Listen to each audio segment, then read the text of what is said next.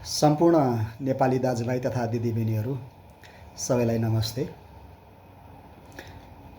देशको विशेष गरी तराई भूभाग अहिले असामान्य अवस्थामा छ।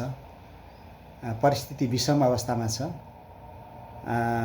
दाइको विरुद्धमा भाइ, भाइको विरुद्धमा दाइ काटाकाट र मारामार गरिरहेको अवस्था छ। यसलाई सामान्य र सतै प्रकारले अहिलेको परिस्थितिलाई मानिसहरूले एउटा आवेगमा यसलाई प्रस्तुत भइरहेका छन्। यसरी सामान्य र सतै प्रस्तुत रूपमा चाहिँ मानिसहरू एक आपसमा प्रस्तुत हुनुभन्दा, एक आपसमा एकअर्काको विरुद्धमा प्रस्तुत हुनुभन्दा पहिले अलिकति गहिरिएर मानवतालाई हामीले सोच्नुपर्छ भन्ने मलाई लाग्छ। वास्तवमा मान्छे त्यत्तिकै कतैबाट उम्रिएको चिज पनि होइन, मान्छे त्यतै बोटमा फलेको चिज पनि होइन। मानिस एकैचोटि ह्वारेङऱ्याङ लाएर अहिले जति पनि विश्वमा जति पनि जनसङ्ख्या छ त्यो भयभरको जनसङ्ख्या बराबरकै मानिसहरू एकैचोटि उत्पत्ति भएका, एकैचोटि सृष्टि भएका अथवा एकैचोटि कतैबाट खसेका र कतैबाट बनेका पनि होइनन्। विज्ञानले आफ्नै किसिमको तर्क दिन्छ, धार्मिकताले आफ्नै किसिमको तर्क दिन्छ मानव सृष्टिको बारेमा। विज्ञान त सृष्टिको सुरुवातभन्दा पछाडि जब मानिसमा ज्ञानको चेतनाको विकास हुँदै गयो तब विज्ञान भन्ने चिज भइरहेको कुरा कसरी भएको रहेछ र के गरी भएको रहेछ भन्ने कुरा कतिपय कुरा प्रयोगात्मक रूपमा चाहिँ पुष्टि भएर निस्किएका हुन् भने कतिपय चाहिँ काल्पनिक रूपमा आएका कुराहरू पनि छन्। जस्तै पृथ्वीलाई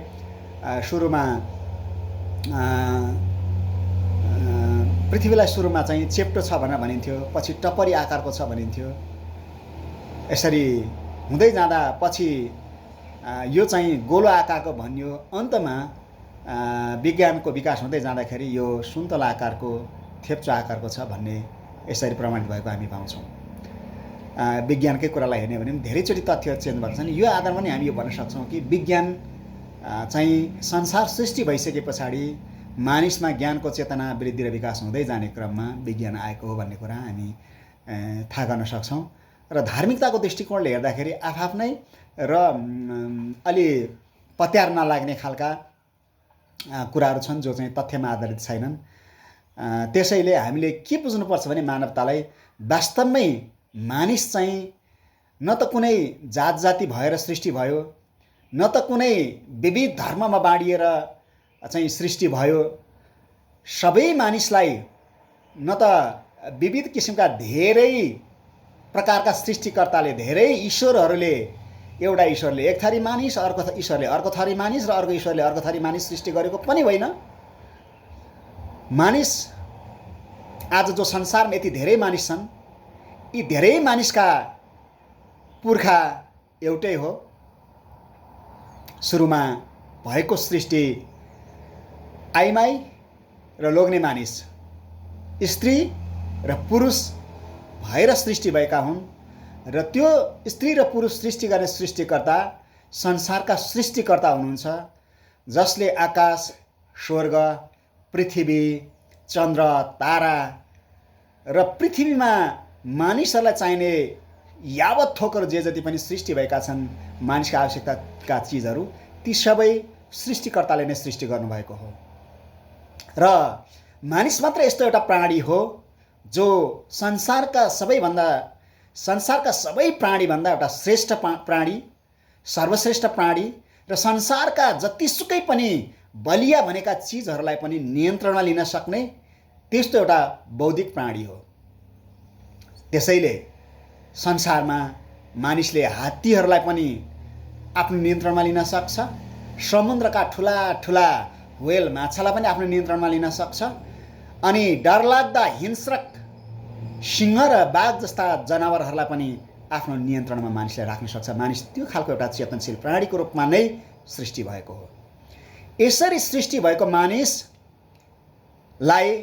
सृष्टिकर्ताले सृष्टि गर्ने क्रममा तेरो लागि यो ठाउँ अनि फलानाको लागि त्यो ठाउँ भनेर पनि सृष्टि गर्नु भएन। किनकि सृष्टि गर्दा सृष्टिका सुरुवातका मान्छेहरू नर र नारी अथवा स्त्री र पुरुष मात्रै थिए।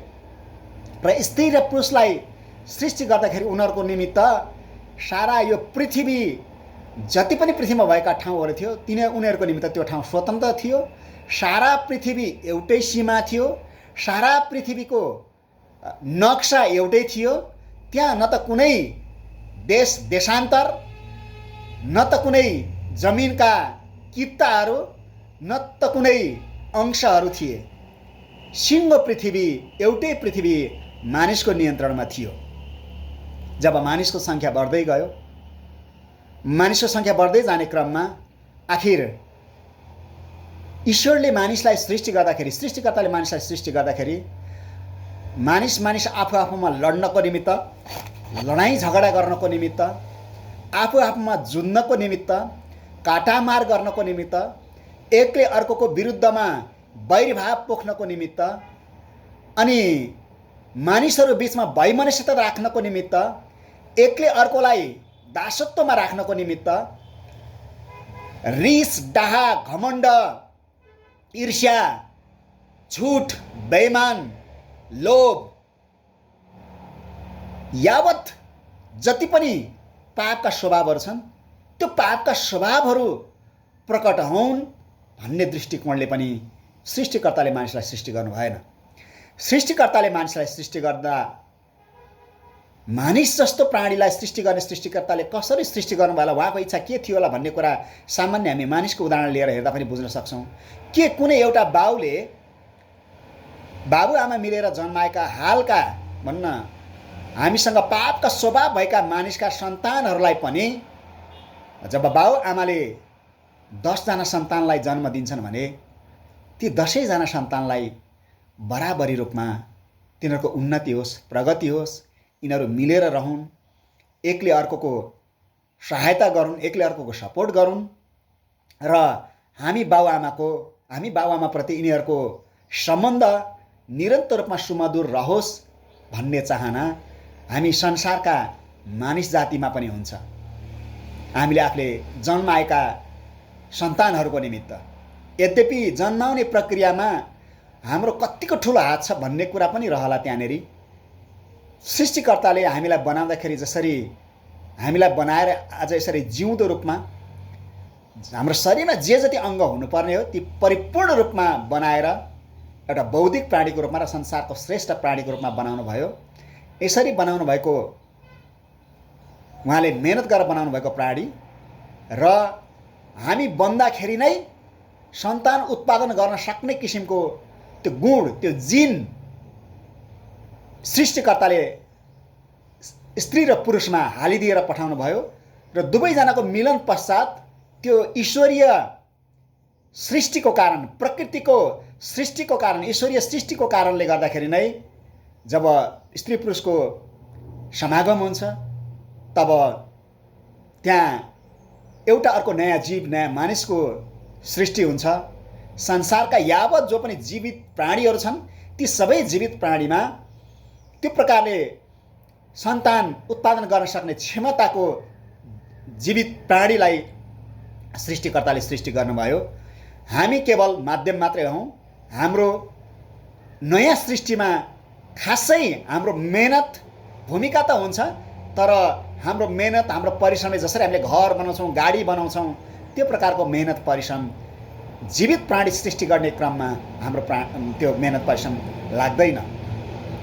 त्यसरी हेर्दाखेरि पनि हाम्रो मेहनत र परिश्रम त्यति नलागेको हाम्रा सन्तानलाई पनि हामीले मिलेर रहौँ, सबैको उन्नति प्रगति होस्, सबैको भलो होस्, यिनीहरू सबैजना एकसाथ रहन्, आफ्ना आमा बाबुको उचित हेरचाह गरून्, आफ्ना आमा बाबुसँग मिलिरहन्, आमा बाबुसँग सिधै यिनीहरूको राम्रो सम्बन्ध रहोस् भन्ने हाम्रो चाहना हुन्छ भने हामी जस्ता प्राणीलाई यस्तो खालको गुण भएको प्राणी, यस्तो खालको गुण भएको सर्वश्रेष्ठ प्राणी मानिस जातिलाई बनाउने सृष्टिकर्ताले त झन् कति बढ्ता गरिकन हामीहरू मिलेर रहोस् भनेको चाहनुहुन्छ होला भन्ने कुरालाई हामीले एकदमै विचार गर्नुपर्छ। यसरी हेर्दा उहाँको इच्छा चाहिँ सधैँभरि संसारमा हामी मिलेर रहेको, एकले अर्कालाई सहयोग गरेर रहेको, एकले अर्कोको आवश्यकतालाई बुझेको, एकले अर्कोलाई दुःख र कष्टलाई बुझेको, त्यो चाहना चाहिँ ईश्वरीय चाहना हो। त्यो सृष्टिकर्ताको चाहना हो। हामी आज सृष्टिकर्ताको चाहना भन्दा बेगर जुन तराई क्षेत्रमा जुन खालको हत्या, हिंसा, धार्मिकता भड्काउने, धार्मिकताकै निमित्त मर्न तयार हुने जुन प्रकारले मानिसहरू अगाडि बढिरहेका छौँ, यो ईश्वरीय स्वभावको कुरो, ईश्वरीय इच्छाको कुरो होइन। यो चाहिँ मानवीय स्वभावको कुरो र यो पापको स्वभावको कुरा हो। जब पापले मानिसहरूमा बास गर्दै जान्छ तब छोराले बाउ भन्दो रहेनछ अनि बाउले छोरा नभन्ने स्थिति पुग्दो रहेछ। एउटा देशको विरुद्धमा अर्को देश, एउटा जातिको विरुद्धमा अर्को जाति र एउटा धर्मको विरुद्धमा अर्को धर्म जुन्न र भिड्नको निमित्त जात जाति, धर्म धर्मावलम्बी, भाषा भाषी, देशका सीमारेखा, काला जाति र गोरा जाति, यो सबै मानिसले पापको स्वभावद्वारा कोरेको यो सिमाना हो। नत्र त यो सारा संसार पृथ्वी एउटै सृष्टिकर्ताको हो र यहाँ जे जति पनि जीवित जीवात सृष्टिहरू छन् र सर्वश्रेष्ठ प्राणीको रूपमा मानिसहरू छन्, त्यो सबै एउटै सृष्टिकर्ताका सन्तानहरू हामी हौँ। र बस्ने दृष्टिकोणले अलिकति स्वभावहरू फरक होला। जो चिसोमा बस्दछन्, हिमालमा बस्ने शेर्पा दाईहरू, अमेरिकातिरको चिसो ठाउँमा बस्ने अमेरिकन गोरा जातिहरू स्वभावले नम्र स्वभावका होलान्। यद्यपि बौद्धिकताका दृष्टिकोणले र भित्र मनमा कुरा राख्ने दृष्टिकोणले उनीहरू अलिकति बलिया होलान्, तर बोली वचन र व्यवहारका दृष्टिकोणले हामी नरम भएको पाउँछौँ। र पहाडमा बस्ने पहाडियाहरू ठिक स्वभावका भएका पाउँछौँ, न त नरम न त गरम भने जस्तो। र अलि तातो क्षेत्रमा बस्ने अफ्रिकातिर अथवा नेपालकै पनि तराईतिर बस्ने दाजुभाइ दिदीबहिनीहरू यो मौसमको कारणले गर्दाखेरि पनि होला, त पहाडमा ठिक्क खालको वातावरण हावापानी हुन्छ, न त तातो न त धेरै तातो न त धेरै चिसो, ठिक्क खालको हुनाले यहाँका मानिसहरू ठिक्क खालका मनस्थितिका हुन्छन्। र धेरै तातो क्षेत्रमा बस्ने मानिसहरूको चाहिँ त्यो तापक्रमको कारणले गर्दाखेरि पनि शरीरलाई असर गर्ने भएको हुनाले हामी जसरी धेरै समय घाममा बस्दा टाउको दुख्छ, त्यसै गरी तातोमा बस्ने मान्छेको रगत अलि तातै हुने, छिट्टो रिस उठ्ने अनि पापका स्वभावहरू छिट्टै प्रकट हुने, सल्लाह गर्दाखेरि पनि झगडा गरे जस्तो गर्ने, सल्लाह गरे पनि हल्ला गरे जस्तो गर्ने, अनि सानो न्युमा पनि के न्यु पाउँ र झगडा गरिहालौँ, मान्छे कुटिहालौँ, मान्छे काटिहालौँ, मान्छे मारिहालौँ भनेर बस्ने खालको प्रवृत्ति र अवस्था चाहिँ त्यो हावापानीको कारणले गर्दाखेरि पनि होला। त्यो तातोमा बसेको एउटा तातो यो वातावरणले मानिसको दिमागलाई, मानिसको सोच समझ शक्तिलाई तताएको कारणले गर्दाखेरि पनि होला त्यो भएको हामी पाउँछौँ। यो चाहिँ वातावरणीय दृष्टिकोणले मानिसको गुणमा, मानिसको स्वभावमा भएको फरकपना हो। यद्यपि नत्र समग्र रूपमा भन्ने भने संसारमा सृष्टिकर्ताले सृष्टि गर्दाखेरि न जातमा सृष्टि गर्नुभयो, न धर्ममा सृष्टि गर्नुभयो, न त सात सिमानामा सृष्टि गर्नुभयो। सृष्टिकर्ताको निमित्त सारा संसारमा भएका जति पनि मानिसहरू छन् ती सबै उहाँका सन्तान हौँ। जसरी एउटा बाबुका सन्तानहरू, एउटा बाबु र आमाका सन्तानहरू संसारमा हामी हुन्छौँ, त्यसै गरी उहाँका एउटै सन्तानहरू हामी हौँ। र यो सात सिमाना, देश विदेशका सात सिमाना कोरेको मानिसले कोरेका सात सिमाना हुन्। जसरी एउटा बाउका चार दाजुभाइ छोराछोरी भएपछि चार भाग लाग्दाखेरि सात सिमाना जसरी ती दाजुभाइले कोर्छन्, त्यसै गरी कोरेको सात सिमाना मात्रै हो। न ईश्वरले कहिले पनि सात सिमाना कोर्नु भएन। ईश्वरले कहिले पनि धर्मलाई भाग लगाउनु भएन। त यो धर्म मानेर आइज अनि तँलाई मुक्ति दिन्छु, अनि फलानुले त्यो धर्म मानेर आउँछ अनि म तँलाई मुक्ति दिन्छु भनेर उहाँ सृष्टिकर्ताले कहिले पनि भन्नु भएन। उहाँको इच्छा सबै मिलेर संसारमा पृथ्वीमा भएका सबै कुराहरू उपभोग गर्दै, सहजताको जीवनयापन गर्दै, धार्मिकतामा जिउँदै अनि सबै मानिसहरूसँग मेलमिलापमा जिउँदै, असल कामहरू गर्दै, असल स्वभावहरू प्रकट गर्दै अनि शरीरमा मरेर गए तापनि जब मानिस शरीरमा मरेर जान्छ, शरीरमा मरेर गइसके पछाडि शरीर पछाडिको अर्को जीवन जो छ, जो चाहिँ सृष्टिकर्ताले आफैले संसारमा आएर देखाइ पनि सक्नु भएको छ त्यो जीवनलाई, र त्यो जीवन चाहिँ संसारको जीवन पछाडिको अर्को जीवन भनेको हाम्रो स्वर्गीय जीवन हो। जुन स्वर्गमा एउटा पवित्र शरीरको रूपमा एकले अर्कालाई देख्न सक्ने गरी, एकले अर्कालाई भेट्न सक्ने गरी, एकले अर्कालाई वार्तालाप गर्न सक्ने गरी र एकले अर्कालाई अनुभव गर्न सक्ने गरी हामी रहने जुन जीवन छ त्यो स्वर्गीय जीवन छ।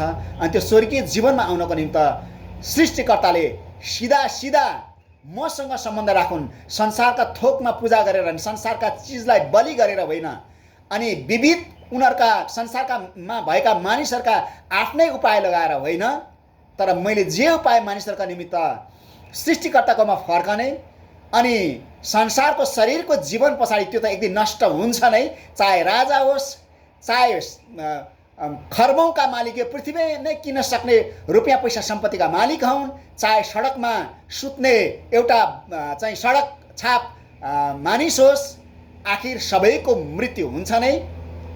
जब सबैको मृत्यु हुन्छ, सबैको मृत्यु भइसकेपछि आत्मा चाहिँ सबैको समान हुन्छ। समान आत्माले संसारमा छँदा हामीले धार्मिकताको काम गरेका छौँ, मिलेर रहेका छौँ र सृष्टिकर्ताको इच्छाअनुसारको काम हामीले गरेका छौँ भने अन्तमा हामी हाम्रो र सृष्टिकर्ता हामीले चिनेका छौँ र उहाँले जसरी सृष्टिकर्तालाई जसरी पुज्नु पर्ने हो, जसरी सृष्टिकर्तासँग आफ्नो सम्बन्धलाई हामीले स्थापित गर्नुपर्ने हो, त्यसरी स्थापित गरेका छौँ भने हाम्रो स्वर्गको अधिकार, हाम्रो स्वर्गीय जीवनको अधिकार सुनिश्चित छ। होइन हामी संसारमा काटा मार झै झगडा लडाइँ यावत गरेर बस्छौँ भने तेरो धर्म यो मेरो धर्म यो जतिसुकै भनेर धर्मको विरुद्धमा लडाइँ गरे पनि आखिर हामी पुग्ने भनेको नरकमा हो, सदा सर्वदा बलिरहने नरकको आगो र गन्धकमा हो, जहाँ कहिले न आगो निम्नेछ, न कहिले गन्धकको गन्ध आउन छोड्नेछ, न त्यहाँ कहिले मानिसलाई टोक्ने किराहरू मर्नेछन्, र न त त्यहाँ कहिले मानिसका आत्माहरूको दारा किटाइ चाहिँ अन्त्य हुनेछ।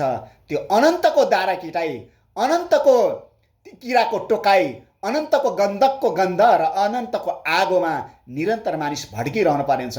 त्यसैले गम्भीर भएर सोचौँ, कुरा सामान्य जस्तो लाग्छ तर गम्भीर भएर सोचौँ। सम्पूर्ण नेपाली दाजुभाइ दिदीबहिनीहरू, कृपया गरिकन हामी मान्छे भएर बाँचौँ, धर्म भिरेर होइन, सात सिमाना कोरेर होइन, ईर्ष्या साँधेर होइन, जात बोकेर होइन, तर हामी संसारमा मान्छे भइसकेपछि मान्छे भएर बाँच्न सिकौँ। धर्म हाम्रो श्रेष्ठ भन्छौँ तर मान्छे नै बन्न सकिरहेका छैनौँ, जात हाम्रो श्रेष्ठ भन्छौँ तर मान्छे नै श्रेष्ठ बन्न सकिरहेका छैनौँ भने न त त्यो धर्मले हामीलाई स्वर्गमा पुर्याउँछ, सुख शान्ति दिन्छ, न त त्यो जात जातिले हामीलाई स्वर्गमा पुर्याउँछ, सुख शान्ति दिन्छ। त्यसले दिन्छ त केवल अहिलेको जस्तै एकमात्र लडाइँ झगडा काटमार कुटाकुट, बाउको विरुद्धमा छोरा, छोराको विरुद्धमा बाउ, एउटा देशको विरुद्धमा अर्को देश, अर्को देशको विरुद्धमा अर्को देश, अनि एउटा देशको विरुद्धमा सारा देश, अनि एउटा सधियारको बिचमा अर्को सधियार, एउटा छिमेकीको विरुद्धमा अर्को छिमेकीको लडाइँ काटमार र झगडा परेर यत्तिकैमा रहेर अन्तिममा नर्क पुग्नु बाहेक, सदा सर्वदा नाशमा पुग्नु बाहेक अरू कुनै पनि उपाय छैन। त्यसैले बेलैमा सचेत हौँ, सही बाटोमा फर्क्यौँ, सही मार्ग पक्र्यौँ र सही प्रकारले ईश्वरले हामीलाई जसले सृष्टिकर्ताले जसरी सृष्टि गर्नुभयो उहाँको इच्छालाई बुझौँ र उहाँको इच्छातिर फर्कौँ। तब हामी मान्छे भएको पनि सार लाग्छ, मान्छे भएको अर्थ लाग्छ, हामी मान्छे भएर जिउन सक्छौँ र मानवीय संसारको शरीरको जीवन पछाडि पनि हामीले एउटा कहिल्यै अन्त नहुने, कहिल्यै दारा किटाइ र रुवाई नहुने, कहिल्यै खाँचो नहुने, कहिल्यै बेमेल नहुने, कहिल्यै झगडा नहुने, सदैव शान्ति नै शान्तिले भरिएको, आनन्दै आनन्दले भरिएको अनन्तको राज्यमा हामी पुग्न सक्नेछौँ। त्यसै कारण होसियार रहौँ, बेलैमा सोचौँ, संसारका चिजमा नअल्मलियौँ, किनकि संसार हाम्रो 2 दिनको लागि हो। 60-70 को जीवन भनेको 2 दिनको लागि हो। जब संसार हामी छोडेर जान्छौँ त्यस पछाडि त्यो चाहिँ सधैँको लागि हो। संसारमा 2 दिनको लागि जिउने जीवनमा हामी मिलेर जिउन सक्दैनौँ। यति गाह्रो भइरहेको छ, यति कष्ट भइरहेको छ भने सधैँको लागि जाने जीवनमा त्यो आगो गन्धक र नरकको कष्ट सहनु झन् कति गाह्रो होला। कृपया गरिकन हामीले स्मरण गरौँ, कृपया गरिकन हामीले मनन गरौँ, होसियार रहौँ र हाम्रो लडाइँ झगडा बेमेल कुमार्गबाट तुरुन्त हामी फर्कौँ भन्ने म आह्वान सम्पूर्ण नेपाली दाजुभाइलाई, विशेष गरी तराईवासी दाजुभाइहरूलाई जो अहिले लडाइँ काटमारमा उत्रिरहेका छन् उहाँहरूलाई म आह्वान गर्न चाहन्छु। धन्यवाद।